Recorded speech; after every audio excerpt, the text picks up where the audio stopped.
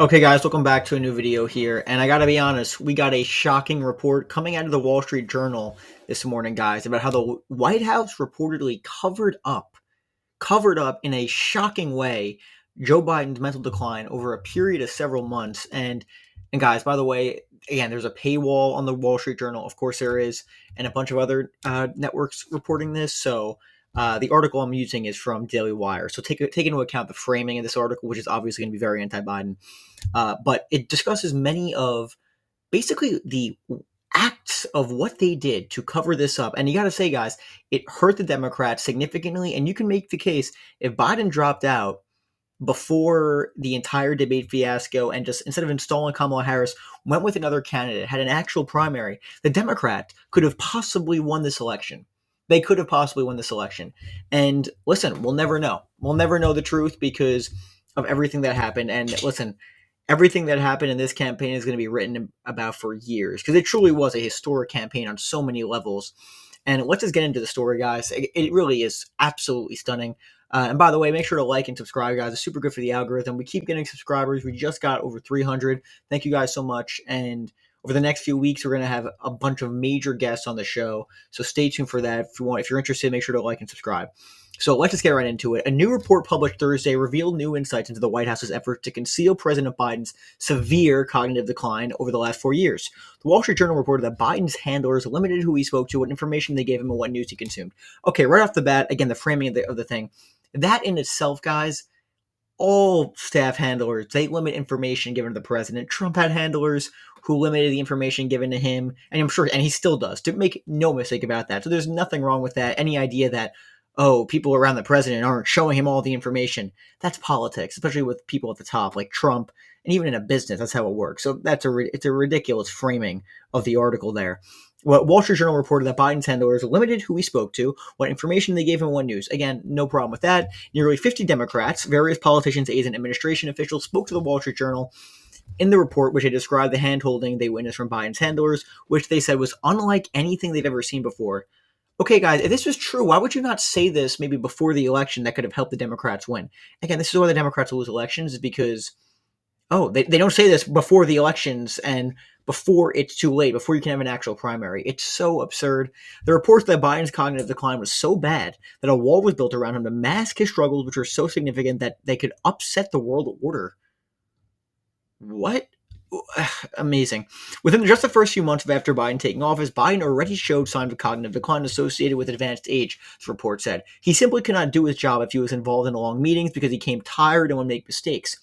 Biden's team told those who were allowed to access to the president that they had to keep meetings very short and to the point with him if they were granted time.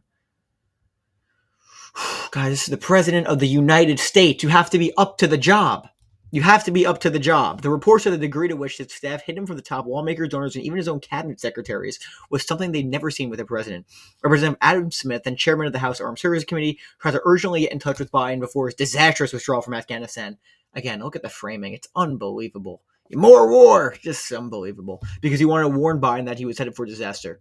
The phone call had never happened, and the rest is history. Yeah, okay, yeah, again, amazing the framing. As if a phone call with Representative Adam Smith would have changed anything. I mean, get the hell out of here. God, it's so frustrating reading these hackery of articles. Numerous officials said they had never got any time to speak with Biden and instead had to deal with the staff who seemingly did most of his work for him. It's a poorly written article, it really is. Biden's staff worked so hard to shield his cognitive decline from the outside world that some of his own cabinet secretaries gave up even trying to communicate with Biden because requests to talk to him wouldn't be welcome. Guys, this is his own cabinet. This is his own cabinet, man. I mean, what the hell? It's just not good. The cabinet secretaries who did have interactions with the White House often only were allowed to speak with his handlers and not Biden. Okay, that's not good. This is their boss, and this is the cabinet secretary, not some Joe Schmo in sanitation department.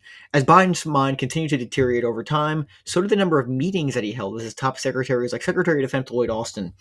Biden's legal team prepared him over the course of a week for his interview with Special Counsel Hur in the criminal investigation. And guys, if you don't remember this, this is a huge story at the time, and basically one of the boiling points where people were like, "Oh shit, something's up with Biden." Where in the interview with the special counsel, he had said, and this is in the report. Let's just read directly from the report.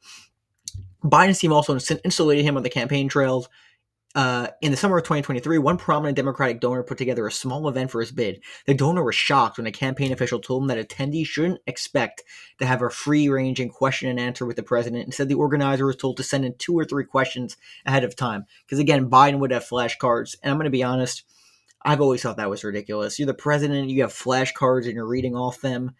I mean, at least, like, especially, like, you know, in terms of what reporter to select, for me, that's just a little much. I mean, come on, man. At some events, the Biden campaign printed the pre-approved questions on note card. Yep.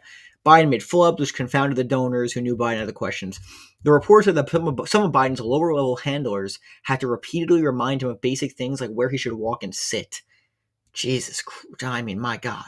Biden's higher-level handlers had polling data from him, leading him to believe delusional things like the race between him and Donald Trump was a toss-up, when in reality, Biden was headed for historic trumping. Again, they do the same thing with Trump, but Trump always thinks he's winning in polls, so that's another ridiculous comment. Top Democrats were forced to intervene and speak with Biden directly after learning that his staff was lying to him about his chances against Trump. When confronted in July, Biden became angry when challenged, and then those on the call, he had to go to church and hung up the phone. He dropped out a week later. Again, she just should have dropped out way earlier in the race. I mean, it's painfully obvious. And again, because again, I don't know why that guy didn't mention all this stuff. White House aides covered up President Biden's mental decline. The report highlights that aides managed to manage his schedule, limiting his public interactions, and even hiring a vocal coach to maintain appearances. I don't find that too tough or too significant, but this is where I think is really the crux, guys. Meetings were rescheduled on days when Biden seemed particularly disoriented, and his staff frequently used note cards to guide him through public and private engagement. I think the main thing is the rescheduling of appointments, the limiting of questions.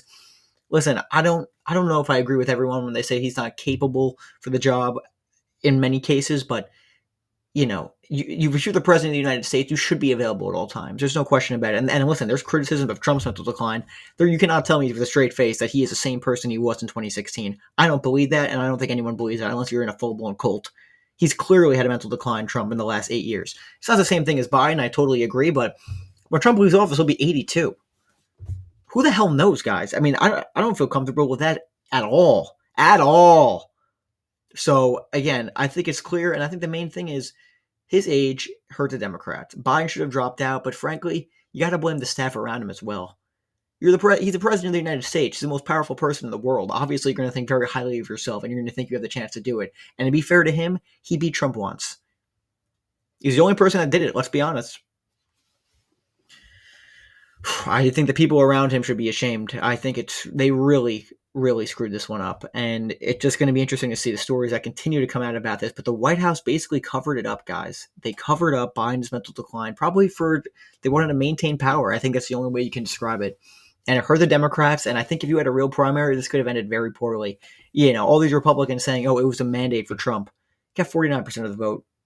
Kamala Harris got 48. What do you want me to say? That's all I got for you guys today. I hope you enjoyed this video. Make sure to like and subscribe. It's super good in the algorithm, and it helps the channel. And we got some big things coming the next few weeks again, so I hope you guys enjoyed this, and I'll see you guys soon. Thanks for watching.